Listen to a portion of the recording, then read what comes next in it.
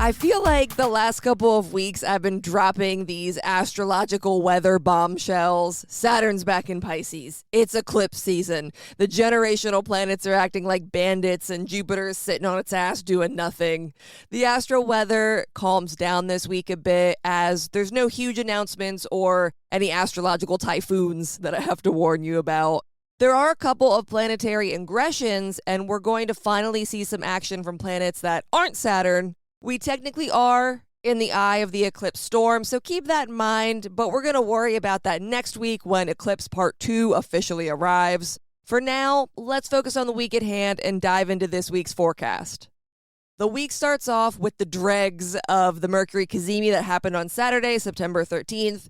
By Monday, there's going to be enough space between Mercury and the Sun that we're going to be back to business as usual. But I hope you used the brain boost from the cazimi for something useful. A Mercury cazimi under the sign of its domicile is like literal brain food. It's big brain stuff. You know all those superfoods that you're supposed to eat? This was a superfood astrological event. This past weekend was a great time to reorganize the realm of Virgo and rid yourself of any anxious, pent-up energy in that area of your life. You likely did it through cleaning, organizing, editing, just getting things together. It may also have helped to unravel the issues within the Pisces-Virgo axis, which, as we know, is the current eclipse axis. The energy of the cazimi dies down come Monday, giving this area of life a much-needed break. Mercury comes back into play towards the end of the week when it ingresses into Libra, but in the middle of the week, we're going to be asked to redirect our attention to the realm of Aries because there's going to be some aspects with Chiron that bring up some long-standing wounds and wisdom. There hasn't been much Chiron talk since the earlier days of summer when it stationed retrograde.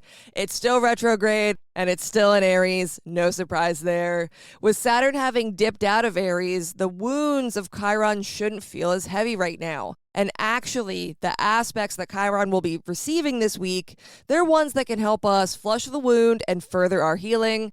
I don't know about you guys, but ever since Saturn left Aries, that realm of life has felt a little lighter for me. Not having both Chiron and Aries in the same place is nice. I'm sure Saturn and Pisces people maybe don't feel this way, but at least for me, because I'm not in my Saturn return in any kind of way, at least for me, when Saturn left Aries, I was like, oh, that's kind of nice. And I'm used to these wounds in Pisces. I know what I'm doing with Saturn and Pisces. I don't quite know what I'm doing with Saturn and Aries yet. So it's been a nice little reprieve. Midweek, we're looking at a Mars-Chiron opposition and a Venus-Chiron trine. This also means that Mars and Venus are talking via a nice little sextile. All this Mars, Venus, and Chiron action, it's elementally in sync. It's all air and fire. There's flow and expansion, but also a little tension with that opposition. Tension is not a bad thing. Remember, oppositions and squares, they're not the devil. They're not the end. The opposition with Chiron and Mars is simply something that's going to draw our attention to the wound. Think of it like when you twist your ankle, you jam your finger, something like that. You know, you have an injury. At some point in your healing, you begin to not really notice the injury anymore, which is great. We love healing. But you may also go to do something that reminds you that even though the sprain or the injury is healing nicely, there's still a little ways to go. And you can't just run off and run a marathon or do whatever you used to do just yet. That's what the tension of this opposition is bringing. Midweek, we're going to be reminded that we're still a work in progress. Emphasis on progress, though. However, the tension between Libra and Aries comes up for you. Do not take it as a loss. Take it as a reminder that you're growing and you're getting there, but you can't put all your weight on that wound just yet.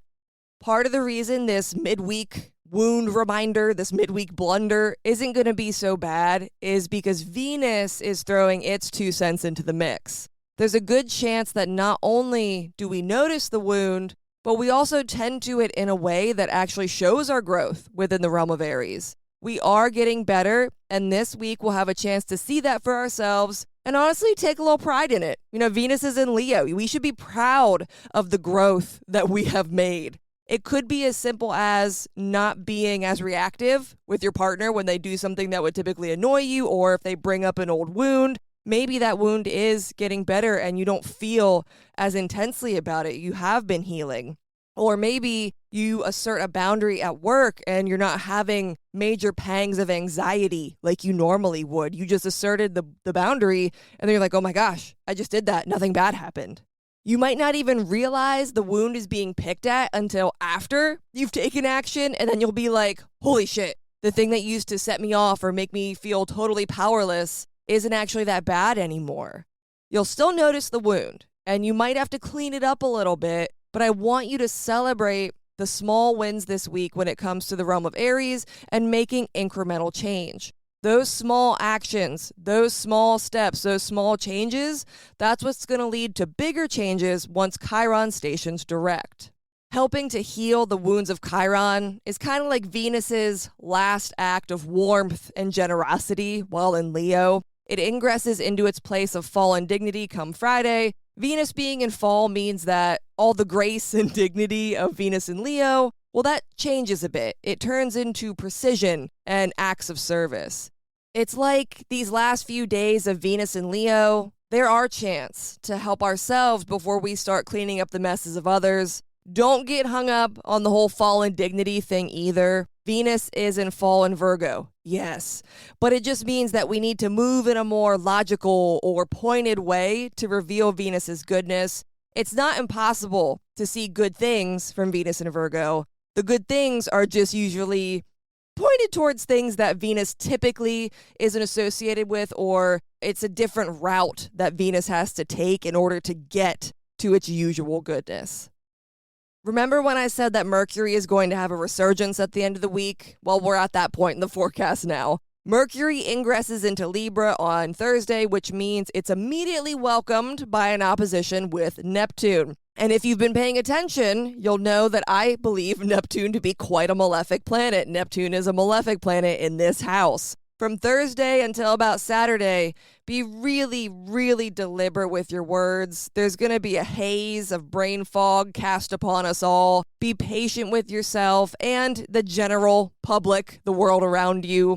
Communication will be a little convoluted, and the ability to make a decision is going to go right out the window. It's bad enough when both Mars and Mercury are in Libra because the ability to make decisions, it just dies. It up and dies. It's like a plant. If you're not a plant person and you're like me, you get a plant. You're like, oh my God, it's so beautiful and healthy. You get it home and it dies. That's what happens to decisions when Mars and Mercury are in Libra, especially at the same time. Both action planets, all of a sudden, they can't make a choice. In fact, the only choice they can make is that they refuse to choose. I have a touch of this myself being a Libra rising, so I'm not poking fun at Libra. It's just a reality. So mix that mental indecision with an opposition from Neptune, and you'll have an indecision sandwich. Our ability to focus might also take a hit come the end of the week. It's going to be a totally different experience from last weekend when the Cazimi happened, and we were mentally bolstered, and we had all that brain food, and we were on point. This weekend, very much the opposite when it comes to our mental realm and the realm of Libra in general. Like I said, I'm a Libra rising, so I assume I'll feel unsure about my body, hate my hair, and have absolutely nothing to wear. That's me taking a very lighthearted approach to it, but you get the point. My patrons know exactly where they're going to be confused this week because it was in their weekly horoscopes that went out today. If you want to know where you'll be confused this week, go sign up to receive those. The realm of Libra is just going to be a little confused, and that's okay. The first few days that Mercury ingresses into Libra, do not push yourself too hard to make a choice or commit to something that you're just not ready to. If you can delay making a choice, just do that. Come back to it on Monday if you're able. I think Mercury moving into Libra is going to be pretty palpable simply because we're fresh off that Cazimi and it's moving from domicile dignity and where it's really on point and again, brain food to a place where it has to weigh every single option before making a choice. And I'm not saying that Mercury in Libra is dumb. It's not. It's not at all. It just needs to know everything. It's the scales. It needs balance. It's like, but what about that option? But what if I pick this option? But what if we go there? What if we do this? It needs to have all the information, which is very disorienting for Mercury, who likes to make choices. My best piece of advice for this week is to pick where you're going for dinner or what your plans are for the weekend by no later than Wednesday. Otherwise, it's going to be a lot of, I don't know, I don't care, and my personal famous line, I want to do what you want to do. I'm very, very famous for that one. I want to do what you want to do. I don't care. Let's do what you want to do. I just want you to be happy. Whatever it is you want to do, let's do that. Yeah, if you don't want to have that conversation come this weekend, firm up your plans while Mercury is still in Virgo. Thank you for tuning into this week's forecast. If you want a more detailed look at what this week's astro weather holds for you personally, go to my website, moonmattersastrology.com, and sign up to receive my zine. You can also find me on Patreon by searching for Moon Matters. The best way to keep up to date with my work or to book a reading with me is to sign up for my mailing list on my website. I'll meet you back here next week. But until next time, later days.